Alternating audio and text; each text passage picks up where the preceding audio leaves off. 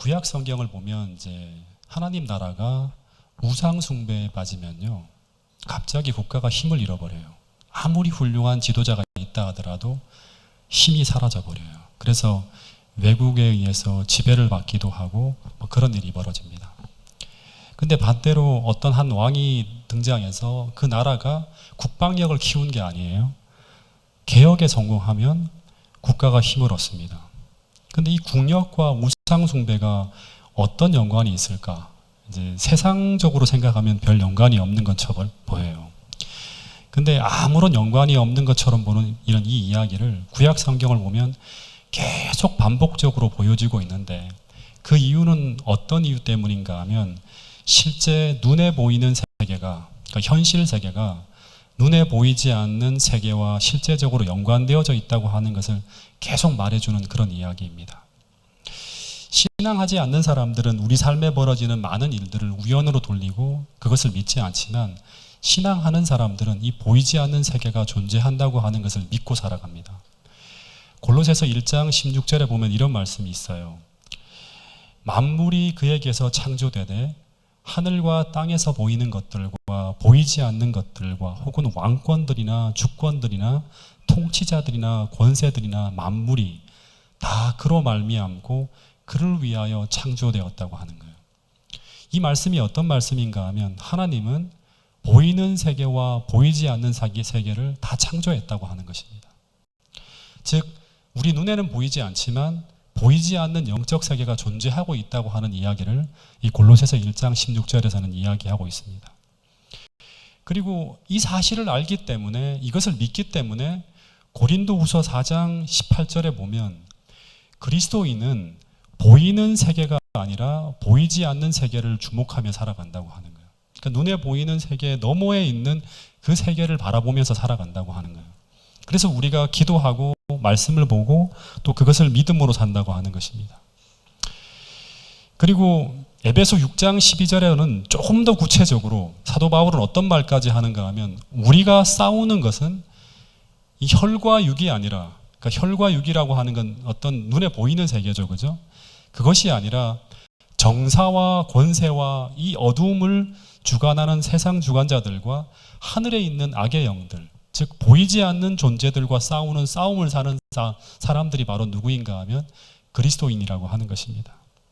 그래서 이 말씀은 오늘 우리는 눈에 보이는 현실 세계만이 아니라 보이지 않는 세계를 주목하고 그 보이지 않는 세계의 힘을 현실 세계에 적용하며 그 힘을 끌어다 쓸 수 있는 그리스도인이 되어야 한다고 하는 사실을 알려주는 이야기가 전부 이 이야기들입니다.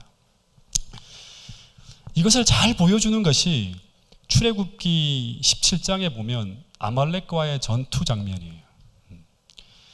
이스라엘 백성들이 광야에서 이제 무장을 하지 않은 상태로 쭉 광야를 행진해 가고 있었습니다.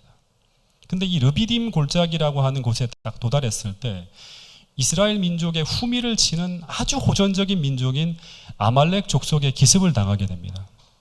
근데 이때 아무런 무기도 없는 이스라엘 백성들이 이 아말렉과 맞서 싸워야 되는데 어떻게 싸울 수 있을까? 잘못하면 전멸할 수 있는 상황이 벌어지면 수 있는 그런 상황을 맞았어요. 전부 다 고민하고 있는 거예요.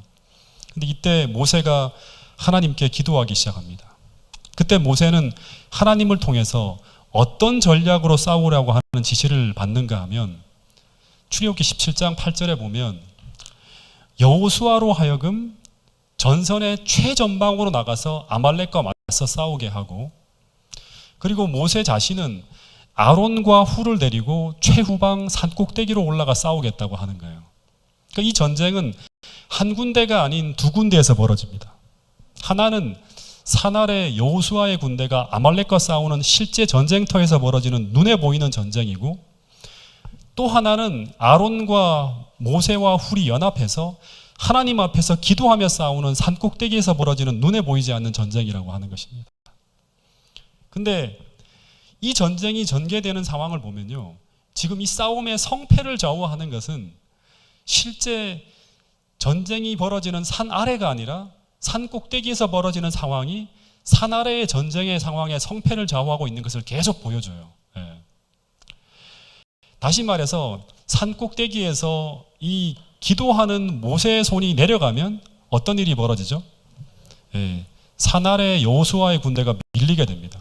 근데 반대로 모세의 기도하는 손이 올라가면 산 아래 여호수아의 군대가 승리하게 되는 거예요. 이걸 계속 반복적으로 보여주는 거예요. 밀리게도 하시고 그다음에 전쟁에서 승리하게도 하시면서. 다시 말해서 지금 이 치열한 싸움의 성패는 실제 이 여호수아의 군대와 아말렉의 군대가 치열하게 교전하며 전투가 벌어지고 있는 르비딤 골짜기가 아닌 전혀 다른 모세와 아론과 훌이 싸우고 있는 이 산꼭대기의 전투에서 이 싸움의 성패가 좌우되고 있었다고 하는 사실을 이 전쟁은 우리에게서 보여주고 있습니다. 근데 당시 산 아래에서 싸우고 있는 여호수아는 이 사실을 알았을까요? 몰랐을까요? 몰랐겠죠. 왜냐하면 당시엔 뒤에서 벌어지고 있는 장면을 여호수아는 볼 수 없었어요.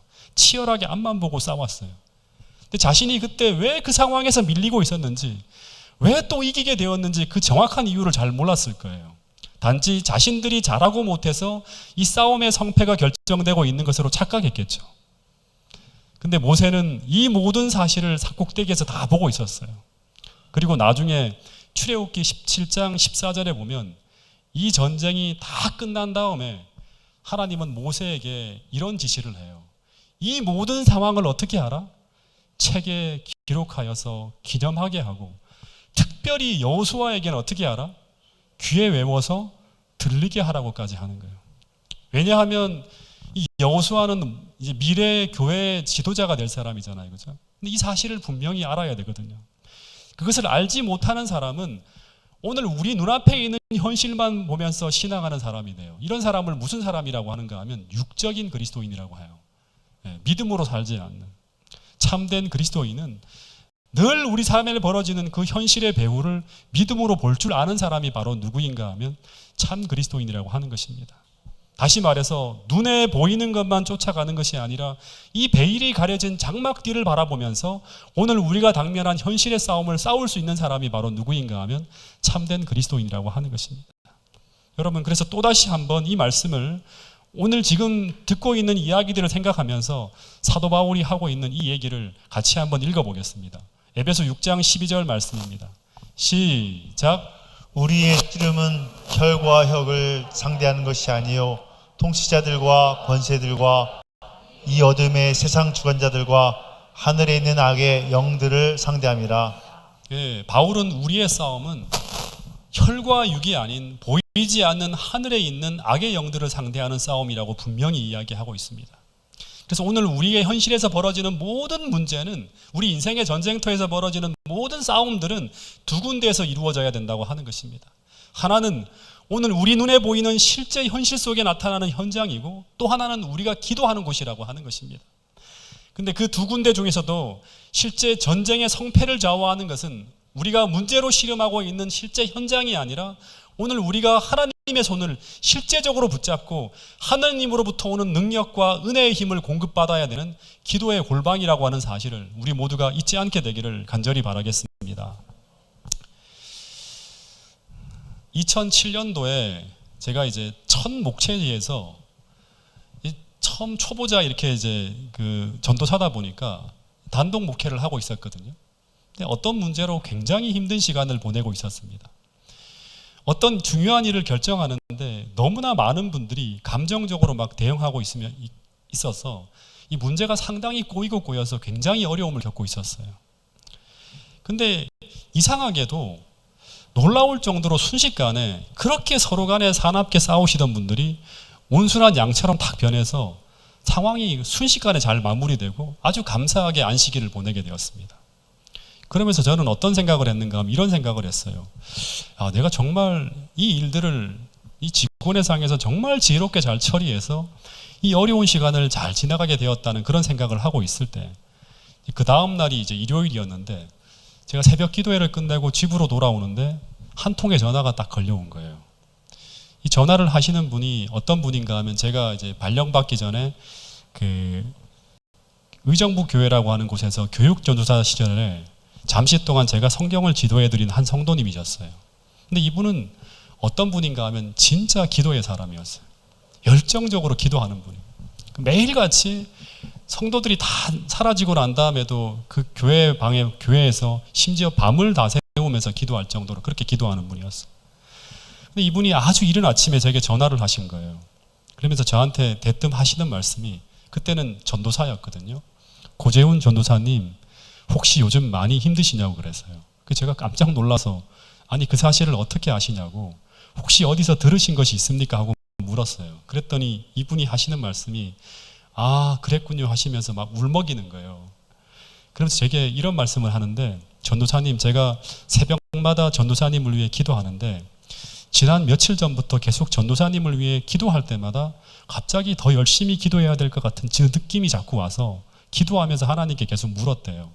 하나님, 혹시 고재훈 전도사님에게 무슨 일이 벌어지고 있냐고, 혹시 힘든 시간을 보내고 있는 게 아니냐고. 근데 기도할 때마다 계속 하나님께서 고재훈 전도사가 굉장히 힘든 처지에 있으니 더 열심히 기도하라고 하는, 말씀하는 것 같은 느낌이 계속 왔대요.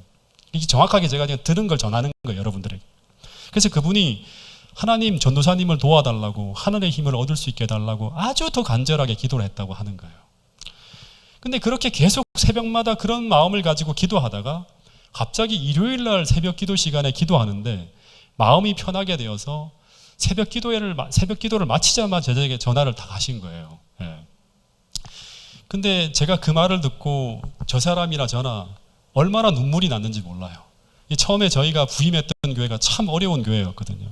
그때 제가 느낀 것은 뭔가 하면, 제가 그 힘든 순간을 무사히 넘어갈 수 있었던 것은, 그것은 제가 스스로 잘 버티고 제가 지혜롭게 모든 일을 잘 처리해서가 아니라 이런 보이지 않는 곳에서 나를 위해 기도하는, 그런 기도하는 분들이 있었기 때문에 제가 그 모든 순간들을 잘 지혜롭게 넘어갈 수 있었다고 하는 것입니다. 하나님은 제가 그것을 느끼고 알 수 있도록 그 전도사 초년 시절에 그 집사님의 한 통의 전화를 통해 제게 가르쳐 주었어요. 이때부터 이 기도가 얼마나 중요하고 얼마나 중보 기도가 중요한지를 저는 느끼게 되었어요. 그래서 어떤 힘든 일이 있을 때마다, 또 어려운 일이 있을 때마다 저는 수시로 이런저런 기도하는 분들에게 전화를 드립니다. 제가 이런 일을 하게 되니까 도와달라고, 제 혼자 힘으로는 감당할 수 없다고 하면서 수시로 수많은 분들에게 기도를 요청하는 그런 전화를 드리곤 합니다. 마치 하나님께서 여호수아에게 너가 전쟁에서 승리한 이유는 바로 너가 잘 싸워서가 아니라 이런 보이지 않는 곳, 산꼭대기에서 너를 위해 기도하는 모세와 아론과 훌과 같은 누군가의 중보 기도가 있었기 때문에 너가 승리할 수 있었다고 하는 것을 알려주신 거예요. 그것을 기억하고 어디를 가든 기도하면서 눈에 보이는 현실이 아니라 현실의 문제 배후에서 너희가 승리할 수 있는 그 비결을 알고 기도하는 사람이 되라고 가르쳐주는 것입니다. 여러분, 성경은 계속 우리에게 무엇을 말해주고 있는가 하면, 우리 눈에 보이는 이 현실 세계가 전부가 아니라고 계속 이야기하고 있습니다. 즉, 우리 눈에는 보이지 않지만 더 큰 영적 세계가 존재하고, 그리고 그 세계에서 벌어지는 일들은 오늘 우리 현실 세계에 결정적인 영향을 미치고 있다고 하는 것입니다. 그래서 이 눈에 보이지 않는 세계와 우리가 교통하는 이 믿음의 삶과 기도는 너무 중요한 것이라고 성경은 이야기하고 있습니다. 제가 가장 영적으로 빛나고 영광스러운 시대가 언제인가 하면 초기 기독교 시대라고 성경은 이야기합니다. 그 기록들이 사도행전에 보면 쭉 이제 나오는데, 제가 사도행전을 연구하면서 눈여겨보는 구절들이 있는데, 그게 바로 뭔가 하면, 사도행전에는요, 언제나 의미 있는 일이 시작되어질 때 항상 기도하는 사람들이 등장합니다. 그리고 그 다음 하나님의 의미 있는 역사가 시작되고 있음을 항상 보여줘요. 사도행전 2장의 오순절의 성령 강림 사건도 120명의 기도하는 사람들이 보이고 그 다음에 성령의 역사가 벌어지죠. 사도행전 3장에도 안진뱅이 사건이라고 하는 엄청난 이 기적이 벌어지면서 엄청난 또 일이 벌어집니다. 근데 그 시작은 어떻게 시작되어지는가 하면, 사도행전 3장 1절 2절에 보면 제9시의 기도 시간에 베드로와 요한이 성전으로 올라갑니다. 기도하려고 올라갈 때 그때 이제 안진뱅이가 일어나고 엄청난 어떤 그 이후에 이제 영적인 사건들이 벌어지죠. 사도행전 10장에도 굉장히 중요한 어떤 그런 영적인 어떤 그런 일들이 벌어질 때, 사도행전 10장에 보면 이 고넬료가 베드로를 만나기 전에 사도행전 10장에 보면 이 사람이 어떤 사람이라고 기록되어 있는가 하면, 하나님을 경외하며 항상 기도하는 사람이라고 하는 말이 나옵니다. 근데 어떻게 기도하는 사람인가 하면 3절에 보면 이 사람은 하늘과 교통하는 사람이에요. 그러니까 우리가 기도하는 사람이 중요한 게 아니라 하늘과 교통하는 기도를 하는 사람이에요. 믿음으로 하늘과 교통하는 사람이 되어야 돼. 근데 하루는 제9시쯤 되어서 기도하다가 누구를 만납니까? 환상 중에 천사를 만납니다. 근데 그 천사가 내려와서 하는 말이 뭔가 하면 내 기도와 내 구제가 하나님 앞에 상달되어 기억하신 바가 되었다고 하는 얘기가 나와요. 다시 말해서 그의 기도가 상달되었다고 하는 이 말은 이 사람은 기도로 하나님과 교통하는 사람이라고 하는 것입니다. 그리고 동일하게 9절에도 보면 그 이튿날 그들이 길을 가다가 제6시 기도 시간이 되니 그때의 기도 베드로가 어떻게 하는가 하면 아무리 바쁜 중에도 기도하기 위해서 지붕으로 올라갑니다. 그리고 거기서 고넬료가 보았던 그 천사를 만나서 같은 기별을 받고 서로 만남이 이루어지면서 하나님의 특별한 역사가 일어나는 것을 보게 됩니다. 여러분, 오늘 우리가 정말로 하늘을 향해 가는 참 그리스도인이라고 하면 우리는 믿음으로 사는 사람입니다. 근데 믿음으로 산다고 하는 것은 그냥 믿습니다 하는 게 아니라 기도로 하나님을 의지해 살아가는 사람이에요. 근데 그들은 보이지 않는 영적 세계와 기도로 교통하는 사람들이라고 하는 사실입니다. 기도로 교통한다고 하는 것은 오늘 이 광야 같은 인생길을 걸어갈 때 우리가 만나는 수많은 치열한 인생의 전쟁터에서 기도로 하나님의 뜻과 지혜와 능력과 힘을 공급받아서 날마다 승리의 역사를 이루면서 하늘을 향해 걸어가는 사람들이 누구인가 하면 바로 참 그리스도인이라고 하는 사실입니다. 여러분, 오늘 우리 모두가 또다시 한번 이 시간 기도의 중요성을 느끼면서 오늘 우리가 그냥 맥없는 기도를 하는 것이 아니라 살아있는 기도로 하나님의 보좌를 흔드는 그런 기도를 할 수 있는 여러분과 저가 될 수 있기를 간절히 바라겠습니다. 우리의 모본이신 예수님의 가장 감동적인 기도의 모습이 어디에 등장하죠? 겟세마네 동산에서 예수님의 기도하는 모습이 나오죠. 저는 근데 이때 이 겟세마네의 상황을 좀 이렇게 제가 생각해 보면 그때 상황이 어떤 상황인가 하면 이제 사단이 예수님과의 마지막 싸움을 위해서 악의 모든 세력을 총동원해서 예수라고 하는 한 표적을 쓰러뜨리기 위해서 할 수 있는 모든 힘을 동원해서 총공세를 합니다. 그 최후의 전쟁을 위해서 십자가로 몰려오는 상황이 바로 겟세마네 동산의 상황이었어요. 근데 이런 예수님의 인생의 가장 절박하고 그 위급한 상황에서 예수님도 이제 이에 맞서서 지상에서 그분이 한 인간으로서 그분이 할 수 있는 마지막 최선의 일을 다 했는데 근데 그분이 한 일이 무엇인가를 좀 생각해야 돼요. 인생의 위기의 순간에 그분이 한 일이 뭔가. 첫 번째는 기도에 집중할 수 있는 가장 조용한 곳을 찾아가는 거예요. 여러분 기억해야 돼요.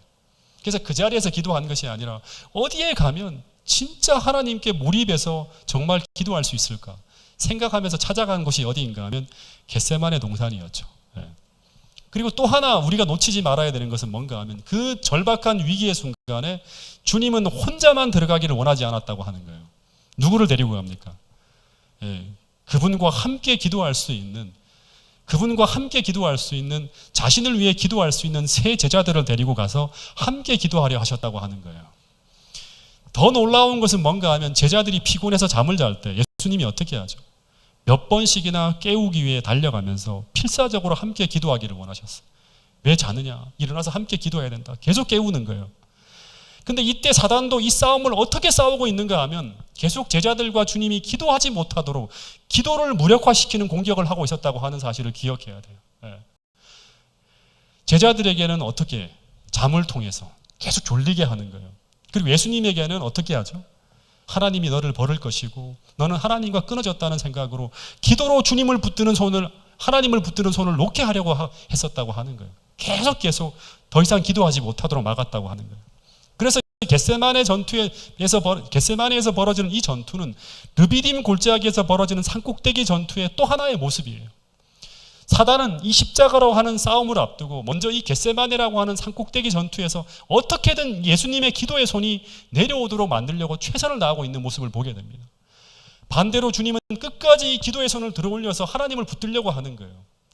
근데 이 예수님의 기도의 팔이 내려오지 않았을 때 끝까지 치열하게 주님께서 계속 하나님을 붙잡고 기도했을 때 이 기도의 끝에 어떤 일이 벌어지는가 하면 하늘에서 그 십자가를 감당할 힘을 주님의 천사를 통해 받게 되었다고 하는 것입니다. 그래서 바로 천사가 내려와서 예수님께 힘을 주는 장면이 나오고, 그리고 그 힘을 가지고 주님은 십자가로 나가 승리하시는 삶을 그 다음날 이루시는 것을 보게 됩니다. 그래서 어쩌면 이 제자들은 르비딤 전투에서처럼 그 산꼭대기에서 예수님의 기도의 팔을 들어올려줄 사람이에요. 근데 그들은 결국 주님의 힘이 되지 못했죠. 그래서 제자들이 자물자물로 말미암아 그 겟세마네에서 주님은 기도의 시간을 정말 힘들게 보내고 더 고통스럽게 보냈다고 하는 내용들을 우리는 알고 있습니다. 만약 이 세 사람이 주님과 기도로 연합할 수만 있었다면 그때 그 겟세마네에서의 상황은 훨씬 더 주님에게 큰 힘이 되었을지 모르겠습니다. 여러분, 그래서 주님은 이 사실을 알기 때문에 마태복음 18장 19절 20절에 기도는 혼자 하는 것도 중요하지만 두세 사람이 함께 마음을 같이 기도할 때 하나님은 그 기도에 더 크게 역사하실 것이라고 말씀하고 있습니다. 마태복음 18장 19절 20절 말씀을 같이 한번 읽어보겠습니다. 시작. 진실로 다시 너희에게 이르노니 너희 중에 두 사람이 땅에서 합심하여 무엇이든지 구하면 하늘에 계신 내 아버지께서 그들을 위하여 이루게 하시리라. 두세 사람이 내 이름으로 모인 곳에는 나도 그들 중에 있으리라. 예, 너희 중에 두 사람이 땅에서 합심하여 무엇이든지 구하면 하늘에 계신 내 아버지께서 저희를 위해 이루게 하시리라. 두세 사람이 내 이름으로 모인 곳에는 나도 그들 중에 있다. 이런 말씀이 있어요. 2007년 가을이었는데요. 제가 이제 역시 전도사로서 있을 때였는데 교회에 한 천사 같은 분이 있었어요. 근데 이분이 자꾸 가슴이 아파서 계속 힘들어해서 집사님 한번 병원에 가서 검사를 해보세요라고 이야기를 했어요. 그랬더니 이분이 일산 어느 병원에서 검사를 했는데 심장 판막에 큰 문제가 생겨서 빨리 수술을 하지 않으면 위험한 상황을 겪을 수 있다고 하는 그런 이야기를 듣게 됩니다. 그래서 빨리 수술을 해야 되는데 자꾸 수술을 미루는 거예요. 그래서 왜 수술을 미루냐고 했더니 이제 이분이 형편이 어려워서 당시 1,000만 원이 넘는 수술비를 해결할 수가 없는 거예요. 그래서 수술 받기를 주저하는 거예요. 이 수술을 받았다고 하면 집이 날아가고 정말 거주할 곳이 없어지는 그런 형편이 될 수 있다고 하는 거예요. 그러다가 미루다가 이분이 갈 때까지 갔어요. 그래서 병원에서 더 이상 미루면 당신 생명이 위험합니다라는 그런 판정을 받게 돼요. 제가 또 집사님을 방문해서 집사님 빨리 수술을 받으시라고 했어요. 그랬더니 옆에 있던 딸이 이번에는 어떻게 그 많은 수술비를 마련할 수 있냐고 저한테 묻는 거예요. 근데 그때 제가 어떤 말을 했는가 하면 인턴 전도사잖아요. 물불을 안 가립니다. 제가 사람을 살리는 것이 하나님의 뜻이라고, 제가 최선을 다해 볼 테니까 먼저 수술을 진행하라고 그렇게 얘기를 했어요. 근데 이 말이 마치 이분들에게는 어떻게 들렸는가 하면 내가 수술비를 해결할 테니까 당신들 수술 받으라고 이렇게 이제 들렸어요. 그래서 그 가족들이 감사하다고 말하면서 그러면 한번 해보겠다고 하면서 수술 스케줄이 잡혔어요. 그래서 제가 그 집사님을 이제 수술방으로 들여보내면서 그 수술장 앞에서 손을 잡고 기도해드리고 탁 이제 들여보낸 다음에 한 문제는 해결했어요. 돌아서는데 갑자기 1,000만 원이 넘는 수술비를 어떻게 해결하지? 이런 생각이 탁 드는 거예요. 까마득해 한 거예요.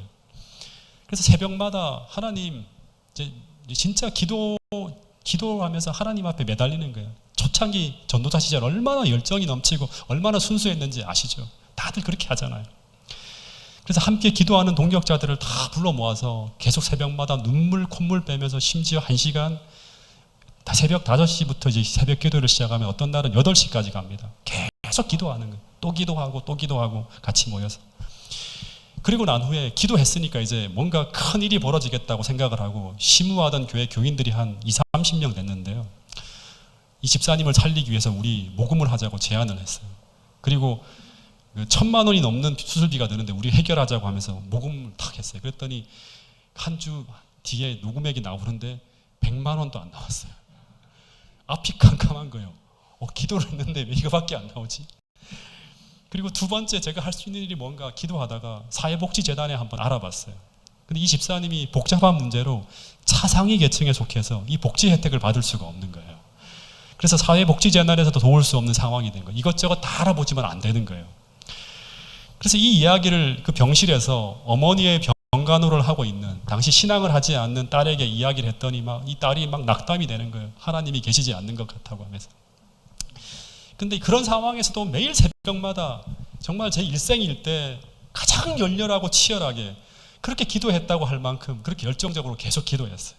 그때마다 모든 분들이 하나님이 이 수술비를 넉넉히 주실 것이라고 모두들 확신했어요. 기도만 끝나면 확신합니다.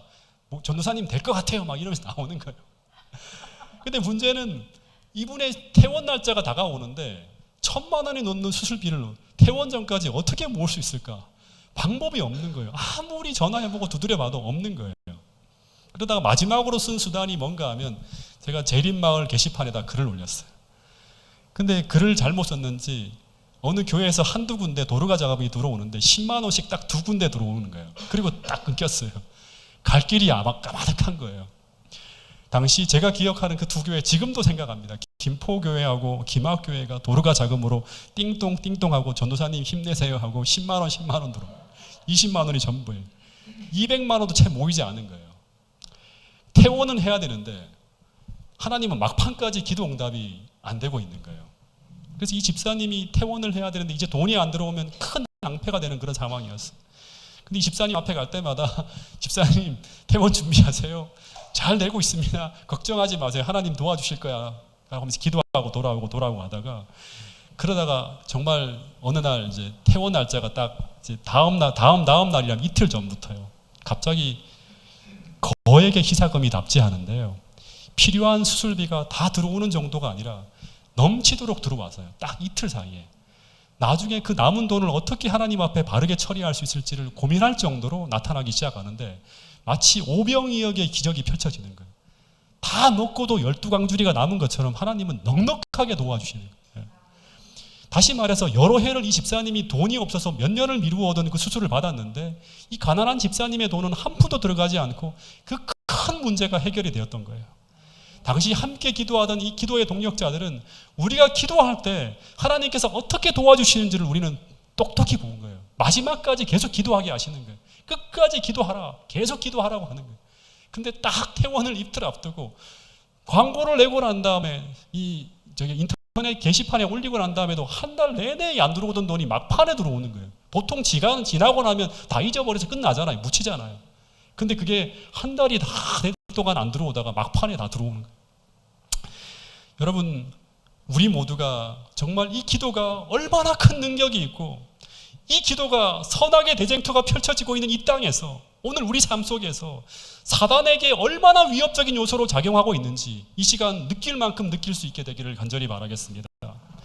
여러분, 그것이 하나님의 뜻이고 그것이 하나님께 영광이 되는 일이라면 하나님은 아무리 불가능한 일이라 할지라도 반드시 그 일을 이룰 수 있다고 하는 사실을 꼭 믿게 될 수 있기를 간절히 바라겠습니다. 그래서 막판까지 우리는 상황이 아무리 어두워도 계속 하나님께 기도하는 믿음의 사람이 되어야 한다고 하는 것입니다. 다니엘서 6장을 보면 사자굴 사건이 벌어집니다. 근데 이 왜 사자굴 사건이 벌어졌는지 아십니까? 단지 페르시아의 신하들이 다니엘을 시기하고 모함해서 그런 일이 벌어진 것이라고 생각하는 사람들이 참 많아요. 근데 제가 이 다니엘서를 제가 정말 열심히 연구하고 있는 사람인데요. 다니엘서 5장 31절에 보면 이 5장 31절부터 6장은 계속 이어지는 이야기거든요. 이 5장 31절이 마지막 구절이에요. 근데 이때 메대 사람 다리오가 나라를 얻었던 다리오 왕 즉위 원년이라고 하는 말을 기억해야 돼요.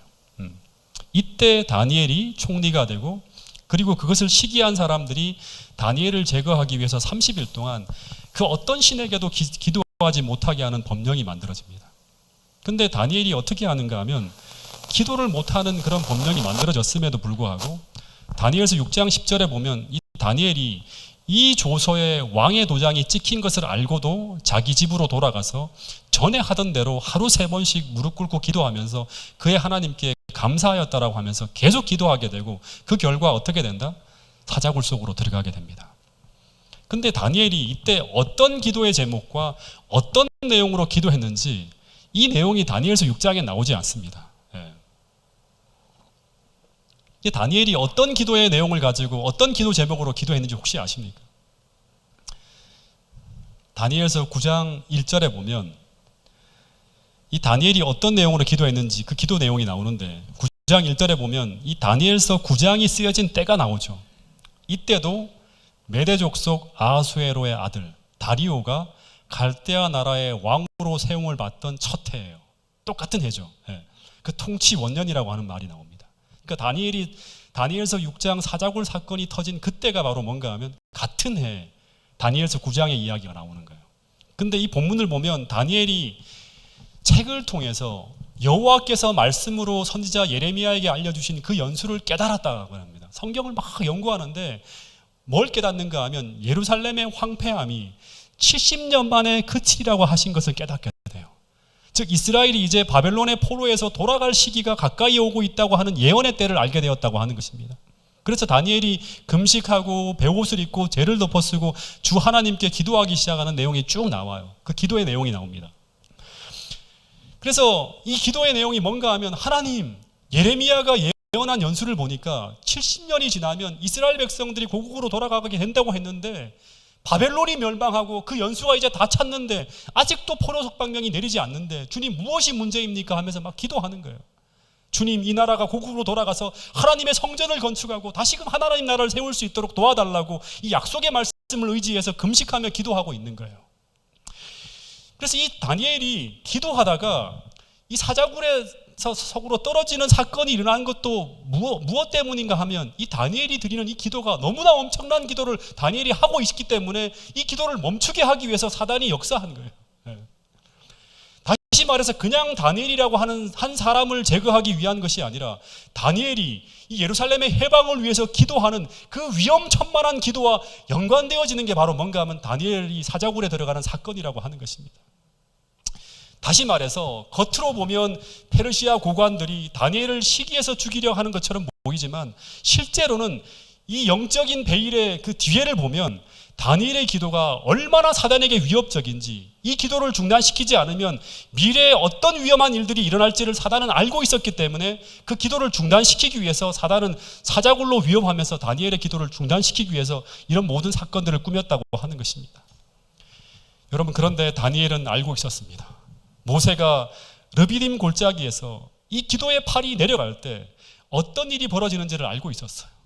그래서 이 다니엘은 끝까지 그가 사자굴에 떨어진다 하더라도 줄기차게 기도를 중단하지 않고 끝끝내 기도했다고 하는 것입니다.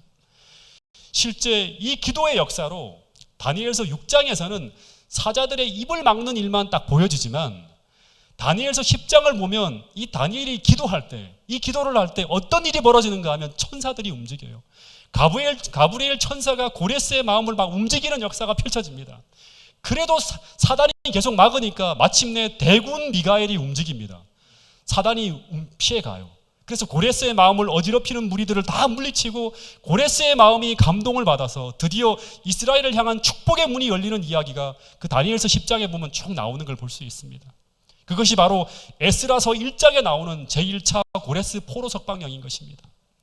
여러분 한 사람 이 다니엘의 기도에 하늘이 움직이고 땅의 왕들이 움직이고 이스라엘 역사의 방향이 바뀌어지는 이런 모든 일들이 일어나게 만든 것이 바로 진실되이 하늘과 교통하며 기도하는 그 한 사람의 기도라고 하는 사실을 우리 모두가 기억할 수 있게 되기를 간절히 바라겠습니다. 그래서 역대하 19장 6절에 보면 하나님은 온 세상을 두루 다니면서 이런 사람을 찾고 있다고 합니다. 역대하 19장 6절 말씀을 같이 한번 읽어보겠습니다. 시작. 여호와의 눈은 온 땅을 두루 감찰하사 전심으로 자기에게 향하는 자를 위하여 능력을 내쁘시나니. 여호와의 눈은 온 땅을 두루 감찰하사 이 세상을 다 뒤지고 뒤지는 거예요.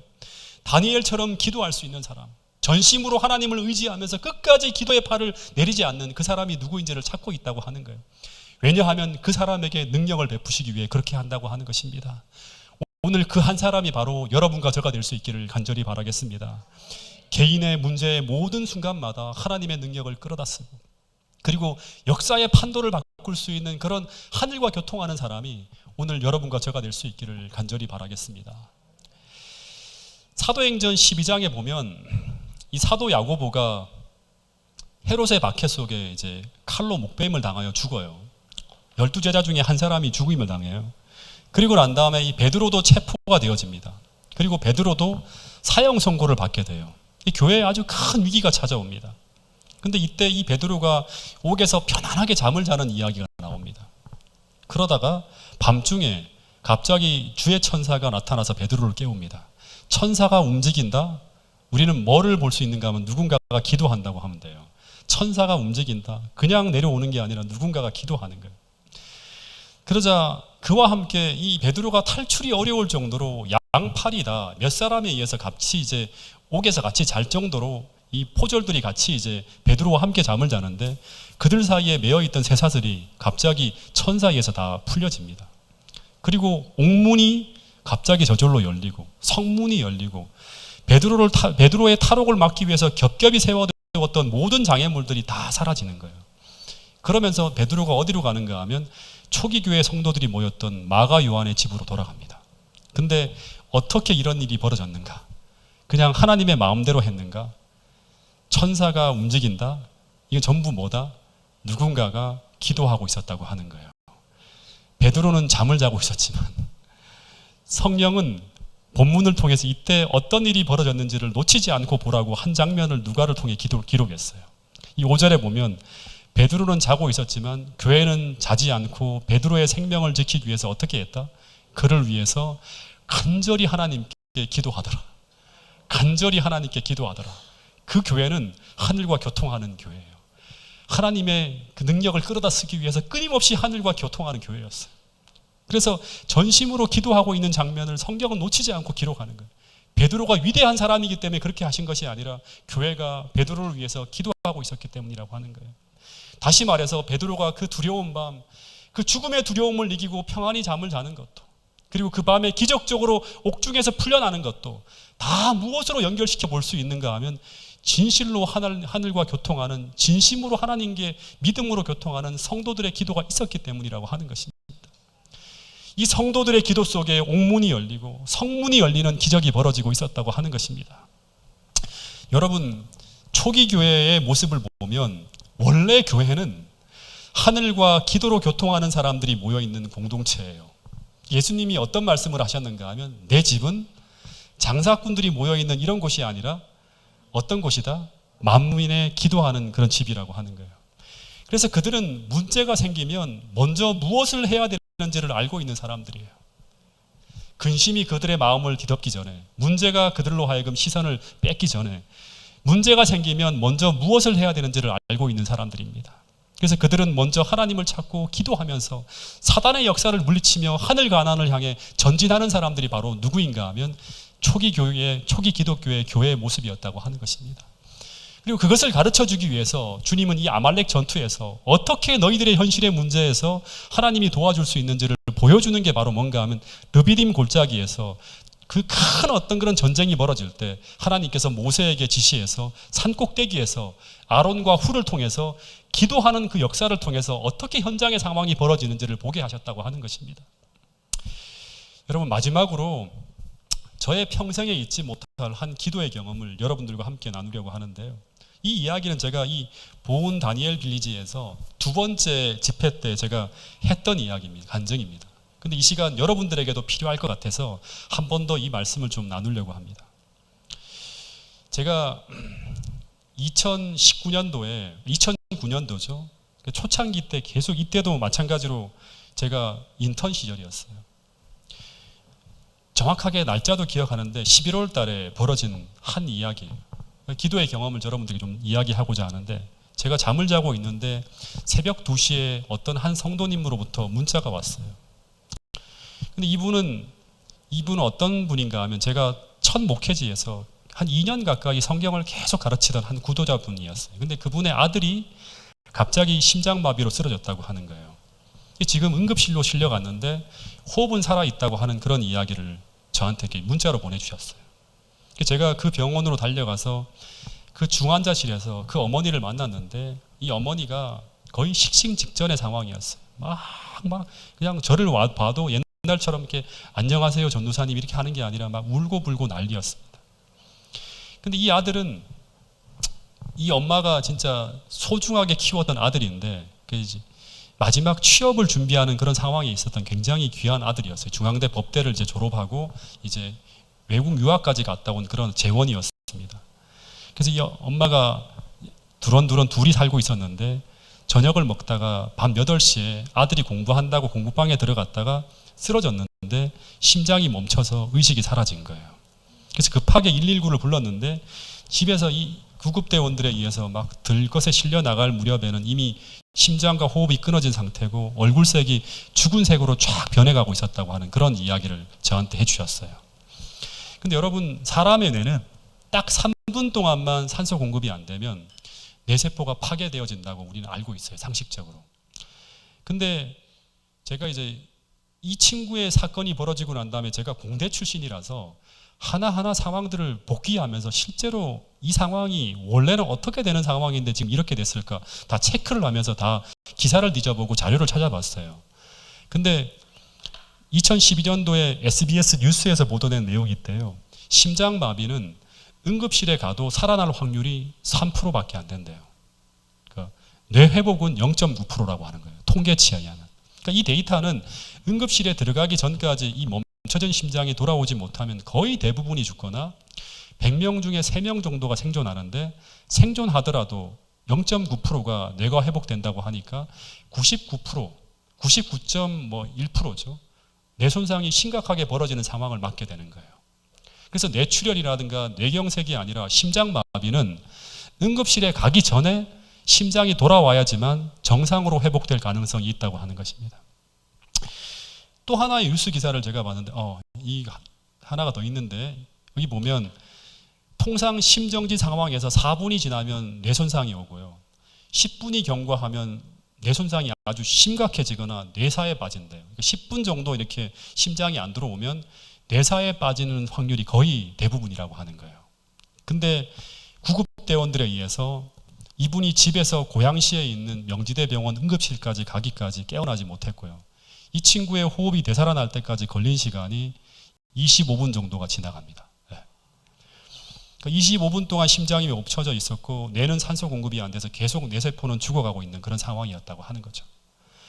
근데 응급실 의사들이 당시 심폐소생술로 몇 번을 이렇게 포기하는 지경까지 가다가 계속 이렇게 하다가 결국에는 심장을 내살려 놓았지만 이 담당 의사가 이 친구를 중환자실로 보내면서 그 엄마에게 말하기를 지금 심장에 발작이 일어나지 못하도록 계속 잠을 재우고 있는데 뇌 손상이 아주 심각한 수준이고 그러기 때문에 하루나 이틀이 생명의 고비라고 이제 의사가 엄마한테 말해 주었어요.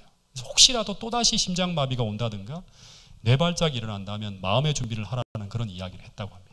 제가 다 전해 들은 이야기예요. 그래서 만약 이 친구가 깨어나면 최악의 상황은 식물인간이고요. 뇌사 상태, 식물인간. 잘해야 반신불수나 언어장애나 지능이나 판단력이 현저히 저하되는 그런 사람이 될 수 있으니까 엄마는 나중에 얘가 돌아온다 하더라도 그것을 예상하고 마음의 준비를 하라고 하는 그런 이야기를 들었어요. 근데 이분이 이 아이의 생명이라도 살려달라고 이렇게는 못 보낸다고 하면서 막 통곡을 하는 거예요. 당시 저와 사모는 계속 이분의 손을 잡고 계속 울어주면서 인턴 전도사가 이분에게 이 순간에 내가 무슨 말을 해야 될까 생각이 떠오르지 않는 거예요. 계속 그냥 손만 잡고 있다가 제가 어떤 말을 해야 될까 되게 고민하는 그런 상황이었는데 제가 처음 이 전화를 받고 사모와 같이 교회차를 막 몰고 갈 때 이 상황에서는 하나님 제가 어떤 말을 이분을 만나서 해줘야 되죠? 막 고민이 되어서 기도하면서 달려갔어요. 그러다가 명지대 병원 엘리베이터를 탁 타기 위해서 엘리베이터에 딱 탔는데 그때 떠오른 말씀이 뭔가 하면 로마서 4장 17절 말씀이에요. 이 말씀은 바로 아브라함이 믿은 바 그 하나님은 죽은 자를 살리시며 없는 것을 있는 것처럼 부르시는 하나님이라고 하는 이 말씀을 그 엄마에게 전해주라고 하는 거예요. 그래서 제가 아주 당돌하게 이제 이 어머니에게 이 말씀을 가지고 내가 전하든지 아니면 기도하든지 해야겠다는 그런 생각을 가지고 올라갔어요. 절망적인 상황에서 한참을 그분과 함께 막 있다가 돌아오기 전에 그냥 돌아가면 안 돼. 이분은 계속 울기만 하는 거예요. 뭐 더 이상 말을 할 수가 없어요.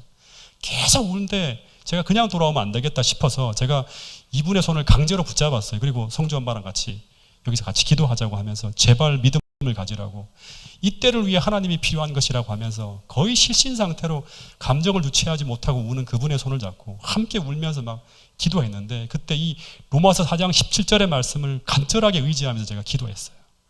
그의 믿음 바 하나님은 어떤 하나님이다? 죽은 자를 살리실 수 있는 하나님이에요. 그리고 그분은 바로 없는 것을 있는 것처럼 부르실 수 있는 하나님이에요. 그러니까 무에서 유를 창조할 수 있는 하나님이라고. 이분이 바로 우리가 믿고 있는 하나님이라고 하는 거예요.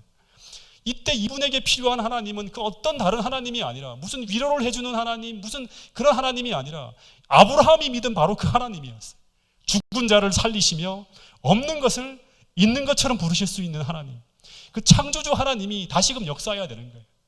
20분 이상 심폐기능 정지로 이 죽어버린 뇌세포는 치유가 불가능한 상태라고 의사들은 이야기하고 있었어요. 그래서 지금이 바로 성경에서 말하는 그 하나님이 나타나셔야 될 그때라고 저는 믿었어요. 지금 이 필요한 하나님은 사라의 태에서 생명을 탄생시킬 수 있는 그 창조주 하나님이 역사해야 될 때라고 하는 거예요. 그래서 이 기도를 하고 돌아오는데 이 기도가 어떻게 응답받을지 몰랐어요. 그냥 막 너무 어둡고 무거운 마음으로 돌아왔어요. 그리고 계속 기도하는데도 장례식 준비를 생각하는 거예요. 이 아들이 죽으면 어떡하지 하는 거예요. 그러면서 새벽 기도와 화요일, 금요일 온 교우들을 함께 불러 모으고, 그리고 함께 이분을 위해서 눈물, 콧물을 빼면서 또다시 거의 1시간, 2시간, 3시간씩 막 기도하는 거예요. 근데 그렇게 매일 기도하는데 지금도 기억합니다. 2009년 11월에 고양중앙교회에서 벌어지고 있었던 그 이상구 박사님 초청 연합전도회가 있었어요. 일산교회, 고양중앙교회, 원당교회, 덕양교회 이런 교회들이 같이 연합해서 전도회를 하고 있는데 그때 전화 한 통이 탁 오는 거예요. 근데 이 전화번호가 그 전화번호였어요. 아주 다급한 목소리로 전화 한 통이 걸려왔는데 처음에는 전화를 받을 수가 없는 거예요. 왜냐 그러면 어떤 말이 들려올까? 이제 뭔가 이제 심판의 날이 다가왔구나. 기도해왔지만 두려운 마음으로 엄청 긴장하면서 그 전화를 받았어요. 죽었다고 하면 어떡하지? 그래서 그럼 어떤 말로 위로해야 되지? 이런 생각을 하면서 전화를 받았는데, 근데 이 친구가 그 중환자실에서 깨어났다고 하는 거예요. 그때 이때 막 정말 막 눈물이 날 정도로 너무너무 감사했어요. 그래서 그 다음 이야기가 온통 이제 신경이 곤두섰는데 손발을 움직이지 못한다든가 말을 못한다든가 기억을 모두 잃어버렸다든가 이런 얘기가 나올 텐데, 그 다음 이야기가 너무 긴장이 되면서 제가 들었는데 그 다음 이야기는 막 진짜 너무나 감격스러웠어요. 전도사님, 손과 발 모든 것을 다 정상적으로 움직일 수 있고 신체 장애도 없고 의사들이 기억을 체크했는데 단지 쓰러졌던 그 순간만을 기억 못할 뿐 모든 것을 기억하며 정상으로 회복되었다고 하는 그런 이야기를 제가 들은 거예요. 기억 상실도 언어 장애도 신체 장애도 지능저하도 그 어떤 이상도 발생하지 않았다고 하는 거예요. 그래서 의사는 도저히 일어날 수 없는 기적 같은 일이 일어났다고 하는 거예요. 근데 그 엄마가 말하기를 바로 그 즈음에 그 옆에 누워 있었던 환자가 누군가 하면 똑같이 심장마비로 들어온 환자였어요. 근데 그 환자는 비슷한 시간 깨어났는데 그 환자는 그 수족을 못 쓰고 그 다음에 이 기억적으로도 상당히 어떤 손상을 입은 그런 상태로 돌아갔다고 하는 거예요.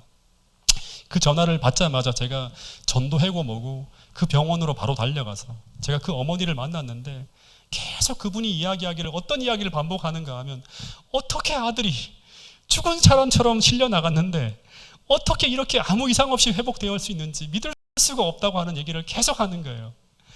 근데 당시 기도했던 모든 사람들은 알고 있었어요. 그 어떤 방법으로도 설명할 수 없는 그 일이 일어난 이유는 우리가 기도할 때 하나님께서 우리의 기도를 들으시고 그 창조의 능력으로 역사하셔서 그 산소 공급이 안 되어 죽었던 뇌세포 하나하나를 어루만지신 역사였다고 하는 것을 우리 모두는 확신했어요. 여러분, 우리가 믿은 바 그 하나님은 로마서 4장 17절 죽은 자를 살리시며 없는 것을 있는 것처럼 부르실 수 있는 창조주 하나님이라고 하는 사실입니다. 그런데 그리스도인은 그 하늘 가나안을 향해 전진하는 그리스도인은 이 보이지 않는 세계의 힘을 기도로 구하여서 오늘 현실의 문제에 사용할 수 있는 믿음의 사람들이 누구인가 하면 진짜 그리스도인이라고 하는 거예요. 그 사람들이 바로 사도행전에 보면 영광스러운 하나님의 역사를 매 어려운 순간마다 하나님의 그 위대한 능력들을 끌어쓰면서 성령 충만한 역사를 이루어갔다고 하는 것입니다. 여러분 중에 특별히 오늘 내 힘으로는 도저히 해결할 수 없는 문제를 가지고 이곳에 오신 분이 혹 계시다면 오늘 여러분의 그 문제를 가지고 여러분의 구원자 되신 주님 앞으로 나가서 기도로 맡길 수 있는 여러분과 저가 될 수 있기를 간절히 바라겠습니다. 그리고 성경에서 말하는 참된 구원의 경험을 꼭 하실 수 있게 되기를 간절히 바랍니다.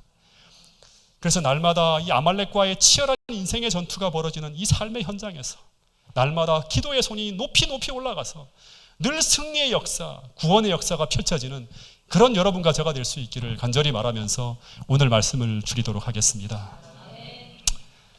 다 같이 기도하겠습니다.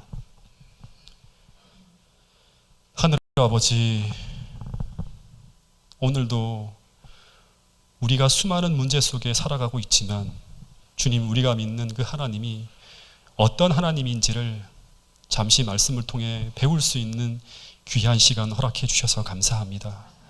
주님, 우리가 믿는 그 하나님은 죽은 자를 살리시며 없는 것을 있는 것처럼 부르실 수 있는 창조주 하나님이라고 하는 사실을 우리가 문자로 믿는 것이 아니라 우리 삶 속에 직접 경험으로 체험하며 느낄 수 있는 그런 우리 모두가 될 수 있도록 도와주시옵소서. 오늘 우리가 해결할 수 없는 수많은 난제와 문제 속에 혹 처해 있다면 주님, 오늘 주신 말씀처럼 기도로 그 골방 전투에서, 산꼭대기 전투에서 기도의 팔을 높이 높이 들어 올려 전능하신 하나님의 그 전능하신 팔을 붙들 수 있도록 도와주시옵고, 매일 매 순간마다 보이지 않는 그 새로운 생명, 그 하나님이 주시는 그 능력을 우리가 힘입어 오늘 살고 있음을 느끼고 체험할 수 있는 역사를 날마다 경험할 수 있는 저희들 모두가 될 수 있도록 도와주시옵소서. 그리하여 오늘 우리 삶 속에 벌어지는 모든 문제가 우리를 좌절시키고 절망시키고 낙담시키는 그런 문제로 끝나는 것이 아니라 주님, 하나님의 살아계심을 증거할 수 있는 영광스러운 하나님의 역사를 써가는 그러한 놀라운 일로 다 변화되어질 수 있도록 주님 도와주시옵소서. 주님, 남은 모든 집회 기간에도 주님 함께하여 주셔서 하나님을 만나는 귀한 시간 될 수 있도록 도와주시고, 이 모든 시간들 속에 하나님께 영광 돌릴 수 있는 그런 역사가 펼쳐질 수 있도록 도와주시옵소서. 성령 충만함으로 이 모든 집회를 인도하여 주시옵기를 예수님 이름으로 기도드렸습니다. 아멘.